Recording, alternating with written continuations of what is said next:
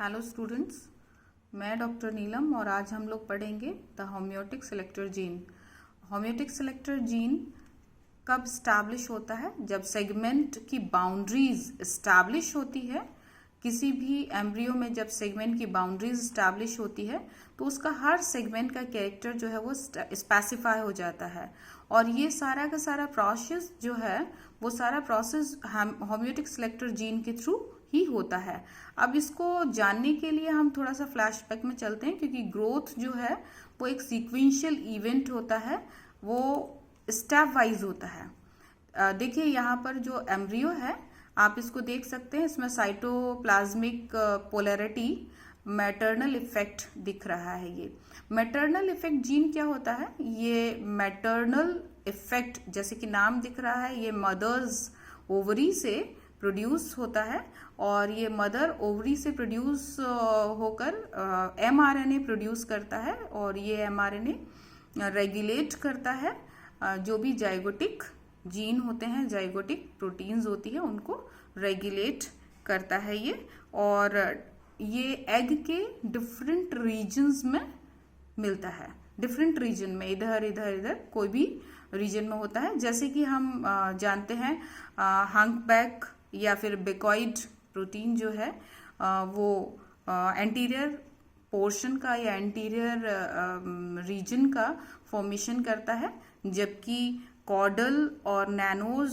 जो प्रोटीन है वो पोस्टीरियर रीजन का फॉर्मेशन करता है। ये दोनों के दोनों मैटरनल इफेक्ट जीन हैं और ये क्या करते हैं? ये जाइगोटिक जीन्स को रेगुलेट करते हैं, उनके एक्सप्रेशन को रेगुलेट करते हैं। अच्छा, उनके एक्सप्रेशन को रेगुलेट करने की दैट मीन्स कि इनमें ना कुछ ट्रांसक्रिप्शनल और ट्रांसलेशनल रेगुलेटरी प्रोटीन्स होता है जो कि इनके गैप जीन को और पेयर रूल जीन को ये रेगुलेट करता है। अच्छा, ये जाइगोटिक रेगुलेशन जो मैटरनल जीन के थ्रू हो रहा है, ये एक ऐसा डोमेन होता है जिसमें कि सेपरेट पोर्शंस होते हैं। ठीक है, यहाँ पर आपको ये 3 स्ट्रिप जो दिखाई दे रहे हैं ये डोमेन है और ये जो डोमेन है वो क्या है? ये गैप जीन की वजह से है और गैप जीन जो है वो गैप प्रोटीन का फॉर्मेशन करता है और ये गैप प्रोटीन जो है वो पेयर रूल जीन को स्टैब्लिश करता है, पेयर रूल जीन को एक्टिवेट करता है। जब ये प्रोटीन बनता है तो यहाँ से जो इसका ट्रांसक्रिप्शन और ट्रांसलेशन होता है वो पेयर रूल जीन को रेगुलेट करता है और यहाँ पर फिर क्या होता है? 7 वर्टिकल पेयर्स सेगमेंट्स दिखाई देते हैं, है ना? ये आपको यहाँ पर दिखाई दे रहे होंगे। ये जो एम्ब्रियो है, एम्ब्रियो को पीरियडिकली वो 7 यूनिट्स में, है ना, पीरियडिक यूनिट में डिवाइड कर देता है। अब 7 पीरियडिक यूनिट में डिवाइड करने के बाद इसमें क्या होता है? जो स्ट्रिप पैटर्न दिखाई दे रहा है वर्टिकल, ये पैरेलल होता है ना? ये कैसा है? ये पैरेलल है किसका? एंटीरियर से पोस्टीरियर एक्सिस के पैरेलल है ना? ये पेयर रूल जीन जो है वो जो गैप जीन के थ्रू, गैप प्रोटीन के थ्रू एक्टिवेट हुआ, ये पीरियडिकली 7 स्ट्रिप में डिवाइड हुआ, एम्ब्रियो को डिवाइड कर दिया इस प्रोटीन ने। अब क्या होता है कि ये रूल पेयर जो प्रोटीन बनता है वो क्या करता है? एक्टिवेट करता है ट्रांसक्रिप्शन करके और क्या करता है? ये सेगमेंट पोलैरिटी जीन को एक्टिवेट कर देता है। अब सेगमेंट पोलैरिटी जीन को एक्टिवेट करता है तो क्या होता है? ये पीरियडिकली ये भी फिर 7 सेगमेंट में इसका जो एम्ब्रियो है वो डिवाइड हो जाता है, लेकिन साइमल्टेनियसली ये जो जीन है, रूल पेयर जीन, ये साइमल्टेनियसली क्या करता है? वो इसमें एक और काम करता है कि इसके पार्ट्स को एक फेट में बनाता है। होम्योटिक सेलेक्टर जीन पर भी काम करता है, दैट मीन्स कि ट्रांसलेशन डिटरमाइन करता है और डेवलपमेंटल फेच हर सेगमेंट में एक्सप्रेस करता है। ये पेयर रूल जीन वो साइमल्टेनियसली हो रहा है, इस सेगमेंट पोलैरिटी भी और होम्योटिक जीन भी। ये मैं फ्लैशबैक में इसलिए गई ताकि आपको ये पता चले कि होम्योटिक सेलेक्टर जीन क्या होता है और कैसे आता है। यहाँ हम बता ही चुके हैं आपको, जब ये सेगमेंटल बाउंड्रीज बनता है, सेगमेंटल बाउंड्रीज स्टैब्लिश होता है, तभी जो है वो हर सेगमेंट का जो कैरेक्टर है वो स्पेसिफाइड हो जाता है। मतलब कि कौन सा सेगमेंट क्या फ्यूचर में पार्ट का फॉर्मेशन करेगा, ये सब होम्योटिक सेलेक्टर जीन के थ्रू हो रहा है। जैसे कि इसमें हमने बता ही दिया था, ये फेच मैप आपको फेच मैप दिखाई दे रहा है एम्ब्रियो का।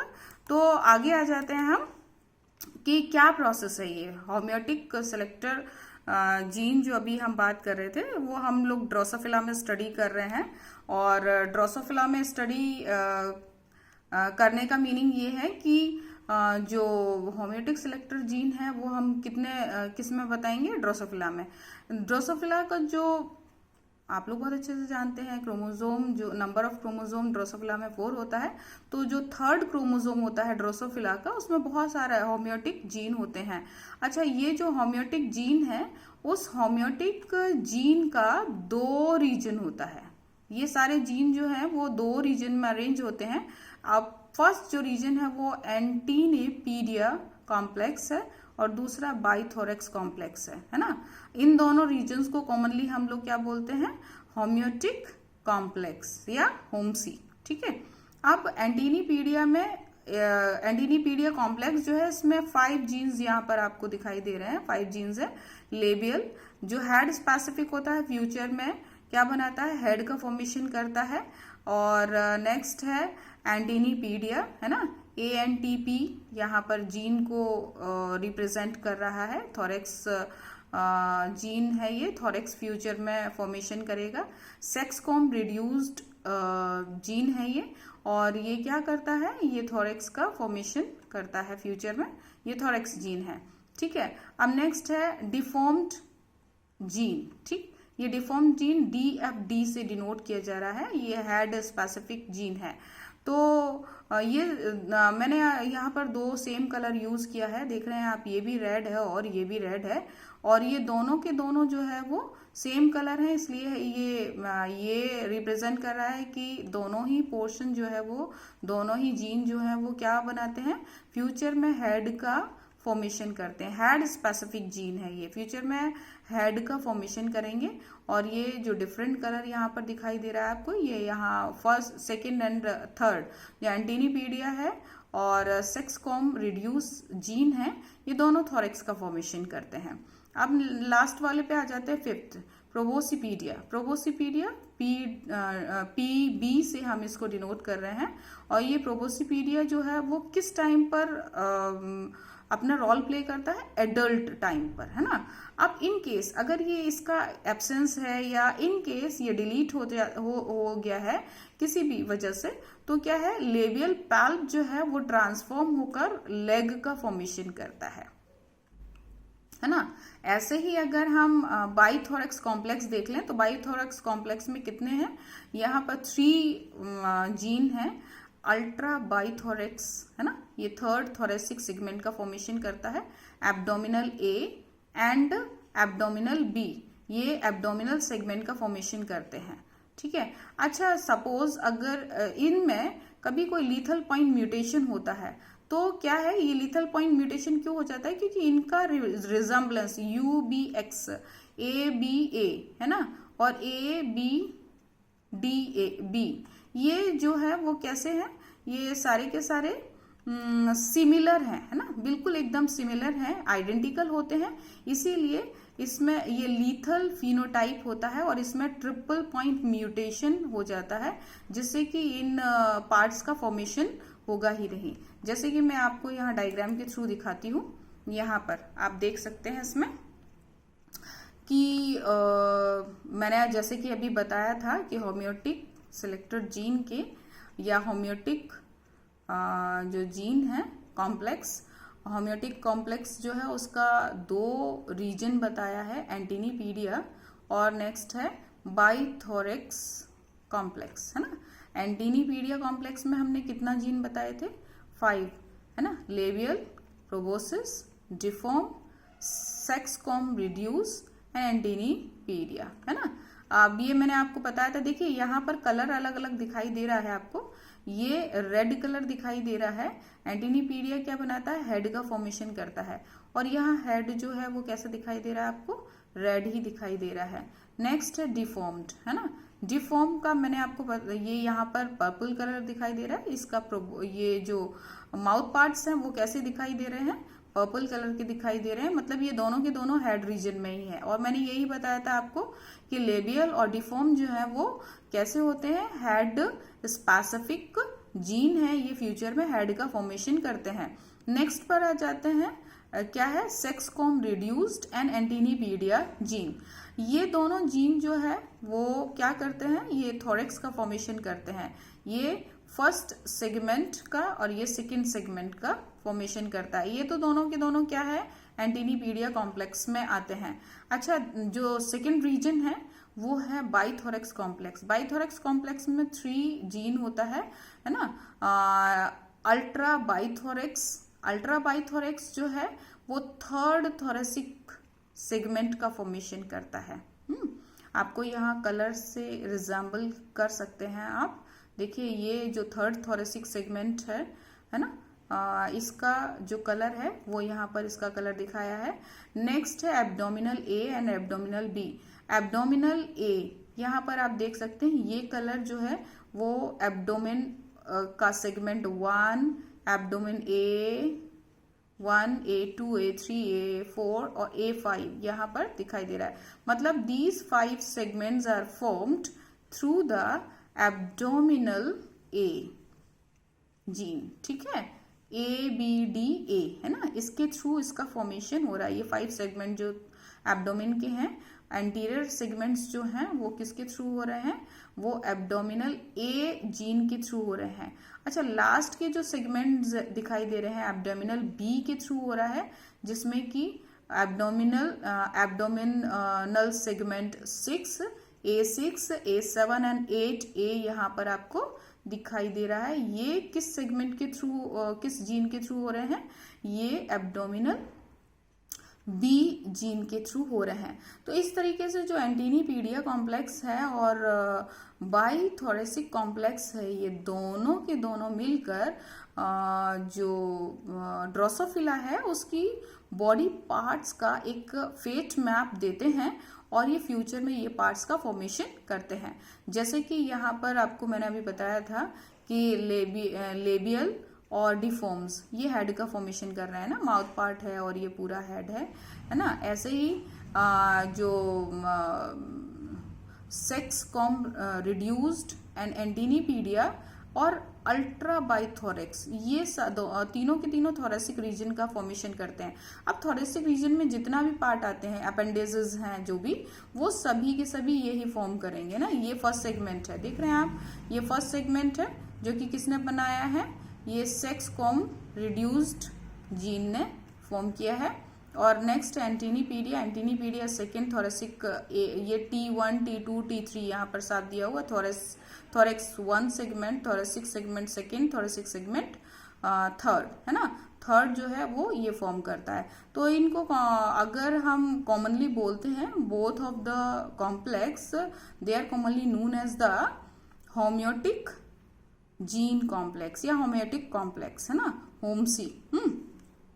अच्छा, अभी हम आ जाते हैं, ये तो हमने आपको जो बताया है ना कि ये सेगमेंट्स होते हैं और होम्योटिक जीन ही होता है। अभी आ जाते हैं कुछ एक्सपेरिमेंटल प्रोसेस पर, जिससे कि ये प्रूव होता है कि फ्यूचर में पार्ट्स बन रहे हैं इन जीन के थ्रू, वो एक्चुअल में यही जीन फॉर्म कर रहा है या कोई और जीन है। तो कई सारे साइंटिस्ट हैं, उन्होंने इस चीज़ को बताया और एक्सपेरिमेंट्स भी किए, कुछ जीन्स को डिलीट करके या कुछ म्यूटेशन के थ्रू ना। तो देखिए, ये सारे के सारे जीन जो है वो क्या होते हैं, स्पेसिफिकेशन के लिए रेस्पॉन्सिबल होते हैं फ्लाई में ना, बॉडी पार्ट्स के लिए।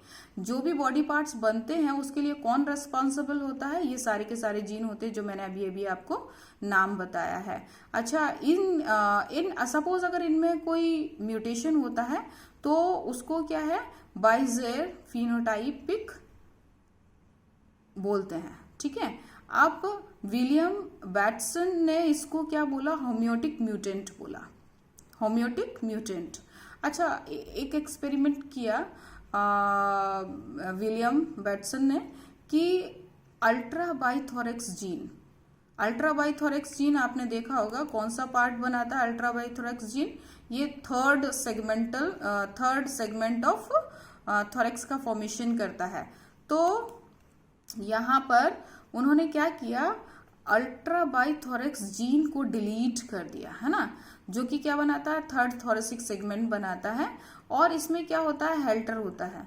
अच्छा, चलिए अभी मैं बताती हूँ उसको। ये क्या करते हैं, जैसे ये डिलीट होता है तो थर्ड सेगमेंट की जगह जो सेकेंड सेगमेंट है वो ऑक्यूपाई कर लेता है, दैट मीन्स द एंटीनीपीडिया जो जीन है वो एंटीनीपीडिया प्रोटीन का फॉर्मेशन करता है और ये एंटीनीपीडिया प्रोटीन जो है वो सेकेंड थोरेसिक सेगमेंट को थर्ड थोरेसिक सेगमेंट की जगह स्टैब्लिश कर देती है। अभी आपको सबसे पहले ये बताती हूँ मैं कि किसी भी इंसेक्ट का, देखिए हम लोग यहाँ ड्रोसोफिला का स्टडी कर रहे हैं, तो ड्रोसोफिला क्या है, इंसेक्ट है, और ये डिप्टेरा में आता है। Diptera that means two, dip means di means two, और टेरोन मीन्स होता है विंग, मतलब टू विंग, इसमें टू विंग दिख रहा है। लेकिन किसी भी इंसेक्ट का एक क्वालिटी होता है, क्वालिटी का दैट मीन्स स्पेसिफिक कैरेक्टर होते हैं कि 3 पेयर ऑफ लेग्स होता है, उसमें 2 पेयर ऑफ विंग होता है, और body divided into 3 part, head, thorax and abdomen. तो इसमें आपको दो विंग्स तो दिखाई दे रहे हैं, दैट मीन्स 1 पेयर दिखाई दे रहा है, लेकिन इसमें जो सेकेंड पेयर ऑफ विंग होता है वो मॉडिफाइड होता है, जिसको कि बोलते हैं हेल्टर। यहाँ आपको एक नोब के जैसा दिखाई दे रहा है, ये है हेल्टर। अब आ जाते हैं हम फिर से एक्सपेरिमेंट की साइड में, है ना। अब इन्होंने क्या किया, जो थर्ड सेगमेंट है जहां पर हेल्टर है, ये थर्ड सेगमेंट से निकलता है हेल्टर, है ना। तो फर्स्ट विंग जो है वो सेकेंड सेगमेंट से, थोरेसिक सेगमेंट से, और जो थर्ड विंग होता है जो कि मॉडिफाइड हेल्टर है वो कहाँ से निकलता है, वो थर्ड सेगमेंट से निकलता है। और थर्ड सेगमेंट के लिए कौन रेस्पॉन्सिबल होता है, अल्ट्रा बाइथोरेक्स जीन जो है वो रेस्पॉन्सिबल होता है। और अगर ये डिलीट हो जाता है तो इसकी जगह कौन ले लेता है, एंटीनीपीडिया प्रोटीन जो है वो इसकी जगह सेकेंड थोरेसिक सेगमेंट्स को ही स्टैब्लिश कर देती है, जिससे कि इन्होंने देखा कि यहाँ पर म्यूटेशन के थ्रू इन्होंने देखा कि जो ड्रोसोफिला था इसमें 2 पेयर ऑफ विंग्स हो गया, हेल्टर नहीं है, क्या है, 2 पेयर ऑफ विंग, क्योंकि जो थर्ड सेगमेंट था वो तो डिलीट कर दिया, अल्ट्रा बाइथोरेक्स जीन जो है वो तो डिलीट हो गया, और डिलीट होने की वजह से इसकी जो प्लेस है उस पर कौन स्टैब्लिश हो गया, वो सेकेंड थोरेसिक सेगमेंट, है ना। और सेकेंड थोरेसिक सेगमेंट को किसने बनाया था, मैं आपको बता देती हूँ, एंटीनीपीडिया ने, ठीक है। और एंटीनीपीडिया ने किसकी जगह स्टैब्लिश हो गया, अल्ट्रा बाइथोरेसिक जीन की जगह यहाँ स्टैब्लिश हो गया, जिसकी वजह से इसमें क्या हो गया, इसमें 4 पेयर ऑफ विंग हो गया, है ना। यहाँ मैंने आपको कॉमन कैरेक्टर्स बताए हैं, 3 पेयर ऑफ लैग होता है, हर थोरेक्स से निकलता है ये, है ना। Each thorax it from each thorax 1 pair of lag it arises, okay. और जो first pair of wing in second thorax and 1 pair helter in third thorax, है ना। ये तो पोजीशन है, और बॉडी 3 पार्ट्स में डिवाइडेड होती है, हेड, थोरेक्स एंड एब्डोमेन। ये स्पेसिफिक कैरेक्टर है। तो इसके थ्रू ये प्रूव हो गया कि जो अल्ट्रा बाइथोरेक्स जीन है it is responsible for the third thoracic segment, है ना। तो ऐसे ही उन्होंने बहुत सारा और भी एक्सपेरिमेंट किया, जिसमें कि देखा गया कि जो, जैसे कि मैं आपको एक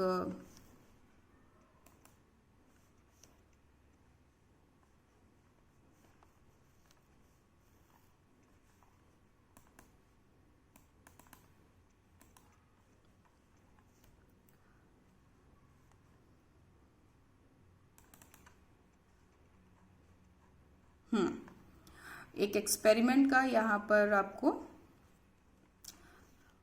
इमेज दिखाती हूँ। यहाँ पर आप देख पा रहे हैं कि जो भी एंटीनी के लिए रेस्पॉन्सिबल जीन था उसको अगर रिप्लेस किया तो क्या हुआ कि उसका जो प्लेस है वो किसने ले लिया, लेग ने, ना। तो कहने का मीनिंग ये है कि अगर कोई भी जीन को डिलीट किया जाता है तो फ्यूचर में जो फेट मैप होता है उसमें भी चेंजेस आते हैं और वो जो पार्ट है उसका फॉर्मेशन ना होकर उसकी जगह किसी और चीज़ का फॉर्मेशन होता है जो कि उसको एक्सप्रेस कर पाता है। तो ये है homeotic gene. Thank you so much students.